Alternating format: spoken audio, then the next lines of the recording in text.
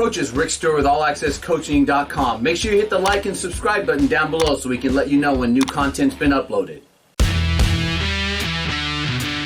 Okay, so on our wheel, man, the first way we ran our wheel route, right, is a sprint out. It's a sprint out wheel. We ran a curl 15 back to 12, so it would time out. And we ran a wheel with number 2. And number 3, we would block. And if we could run an arrow, we could run a vertical to hold the backside safety. And then on film, we'll see it a handful of different ways, I think. We're not R4 by any means, but when we're sprinting out, we got to run the route a little bit deeper. And of course, if you have if you're a slower receiver, you might have to run a little more shallow. So just real quick, the way we read this thing out, right, is we're gonna read the corner, right? If he hesitates or if he runs with the wheel, we're gonna throw the receiver away from whatever safety's rolling and away from the linebacker pressure. And maybe if you're having trouble with the safety, right, you run a vertical with the inside guy to kind of hold that. But the way people run to our run game, even sprint out, man, nobody just gets into pass drops. I really do like sprint out. It's easy for our whole line to block. Fullbacks don't always want to attack the line of scrimmage, so that's an issue. But I'm big on sprint out, and I'm just an O-line coach. Okay, so on that wheel, though, we got to make sure it wins no matter what. We can't read that right there because we're not going to read that route. We're just going to win on that wheel. And then if the corner stays with the curl, then it's going to be a 2 or 3 ball to that A-back. So I'm just going to kind of show you. All right, this is a picture. No big deal. So here, right, we're lined up with where we got a tight end here. He's not going to do anything. They're still going to stare at him, and they're not going to run over there. But so we're going to run this thing, see if we get it to 15, 5, 10, little shallower than we wanted to, right? The corner hangs with the curl, right? We got a 3 ball to the play side A, okay? The reason why we're going to talk about this here in a second, right? Nothing's groundbreaking, but we run sprint outs. It's a good play to run towards the sticks. This kid, number 37, probably caught 3 passes his entire career in 2 years on a varsity offense. And but this was a good first down pickup for him. It looks like it's a 3rd and 10. Okay. The corner's hesitating. You do a good job of finding that window. All right, you can't settle too far inside because we're sprinting out. Also, you don't want to settle into the defense who's running to the play. We all know that. Here's another one, right, where we got a tight end set to the left again. This is from 2018. Okay, it's a good job putting that on there. The kid catching this curl route, he's at Wyoming right now. The kid throwing it plays cornerback at Sam Houston State. He's a national champion. Okay. So the corner drops out of there. This receiver does a good job of settling in that hole and put the ball right on him.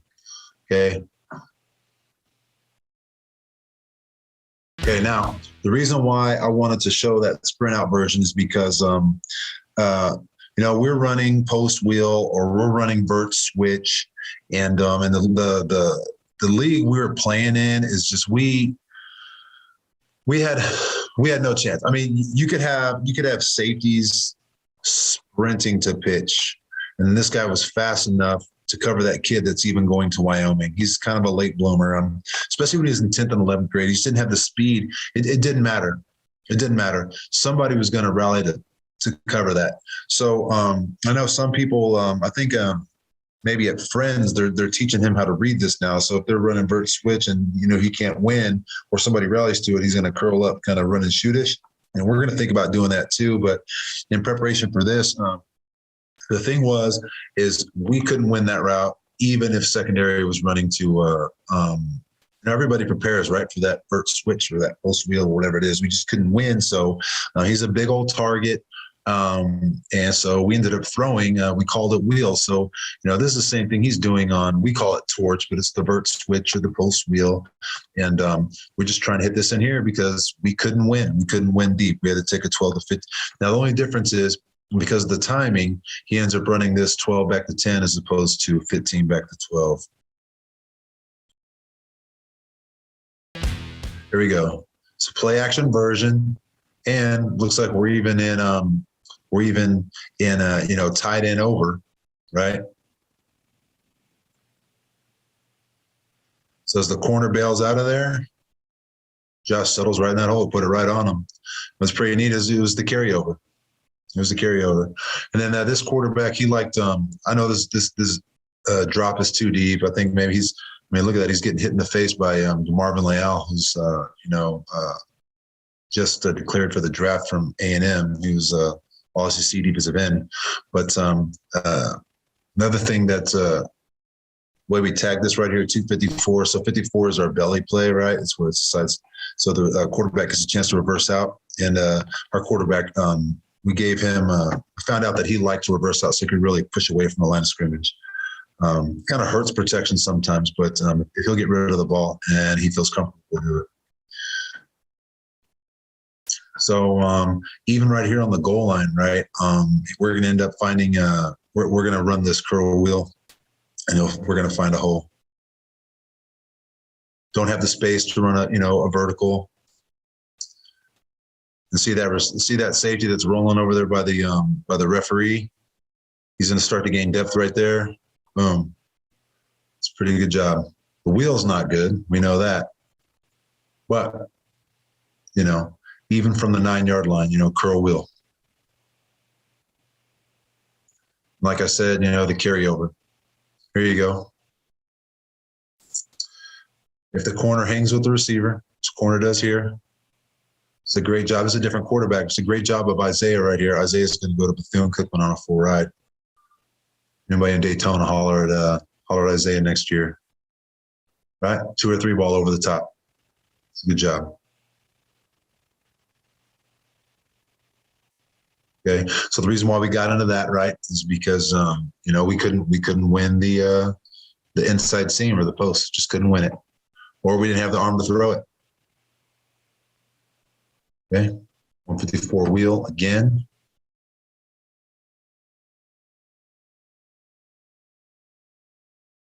Okay, based on the progression, looked like he should have. The corner looked like the corner stayed with the receiver, right, and then he came off on the wheel. Receiver, big body, right? Big body, put it right on him. Okay.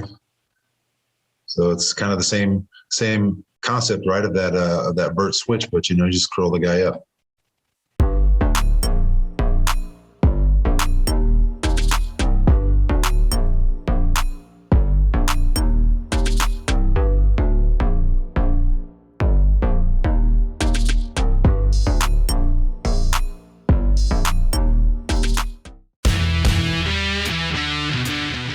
Now, sprint out fade. Of course, I took this from my boy, Coach Dietrich out there when he was when he did his laser talk. You can find it on YouTube. We're all stealing, right? But it's just, flutter out. Okay, is our sprint out fade. And then, it's been pretty good. And I'm going to go through this real quick. Right? So we've run it a lot of different ways. Right here, it's going to be the bubble, right? It's a vertical. And then as everybody runs through, so it ends up being like, a little flat read right there. Okay, but the first thing we're going to do is we're going to glance at this go, right? This mandatory outside release. We're going to glance at that. You'll see. And sprint out. The only reason I'm showing it to you is it's not that this is groundbreaking necessarily. It's just going to show you how we taught our sprint out game. These routes we taught them how to sprint out first, and then they're going to carry over to our play action.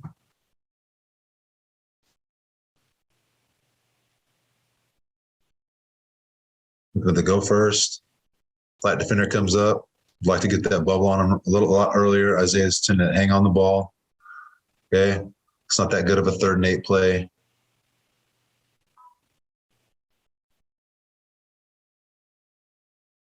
Rancid to go first. Not sure I like this spacing right here, but it did bring him a little bit further out.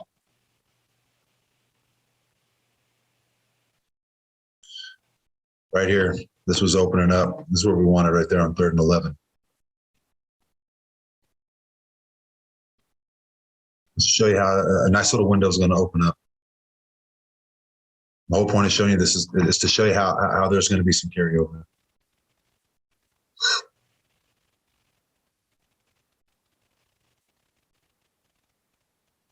little guy out there, chance to do something with the football, 3rd and 11, right? If we had a run after catch, end up picking up 8 of it. So 4th and 3, have a chance to go for it if we want to. Okay, right here, train. It's what we call it. It's like our quad. So like we had, even now we do this with another receiver and he helps block the edge, but it's like a tackles over with trips over there, an extra blocker. That's what we're trying to do, right? As that flat defender comes up on the bubble, try and hit that hole right there.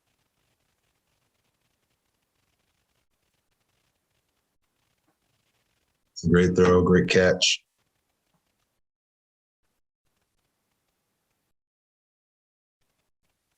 Okay, so right here, Thunder, which we call right over trade. So what should have happened was, okay, so we put the A back on the line right here, right?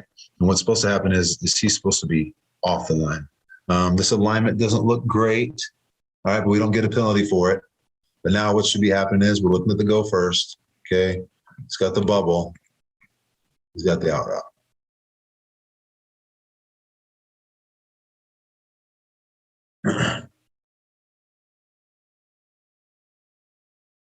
Good job with 2nd and 5, right? And how all these defenders, you know, they're worried about that perimeter run. I mean, we're not running triple options or anything like that, but all week they're conditioned to, you know, get out there and don't get beat outside.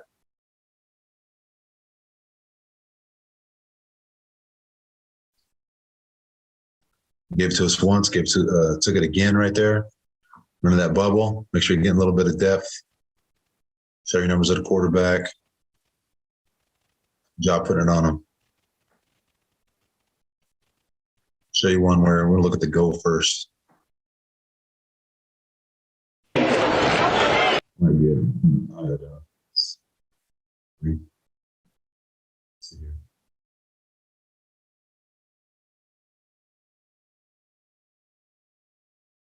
but that's why you look at the go first. You should be releasing outside of that guy. Here we go. Let's raise up. I don't know what that corner is looking at. Worried about the bubble, worried about sprint out, worried about perimeter run game. So we did hit this. We might have hit it one other time in the history since we've been running this since 2018. Okay, so now this year. It's kind of where we've graduated towards, right? So we do some jet game, right, to get in perimeter runs. We like to run speed option and fullback rocket, things like that, and they'll rotate here a little bit. But for the run game, sometimes, you know, it's 1-for-1 anyway. But it's a way to get him the ball in the perimeter. Now, right now, we're not. This is not what we're going to see, but it's the same fade play, right? And it's the concept of he's running the go, okay? He's running the out in that window, and the quarterback's reading the same thing. And now he's the bubble guy or the arrow guy, whatever. And you know, obviously, we change it throughout the years. And to be honest, I think I really like this because of the way the secondary is rotating, right?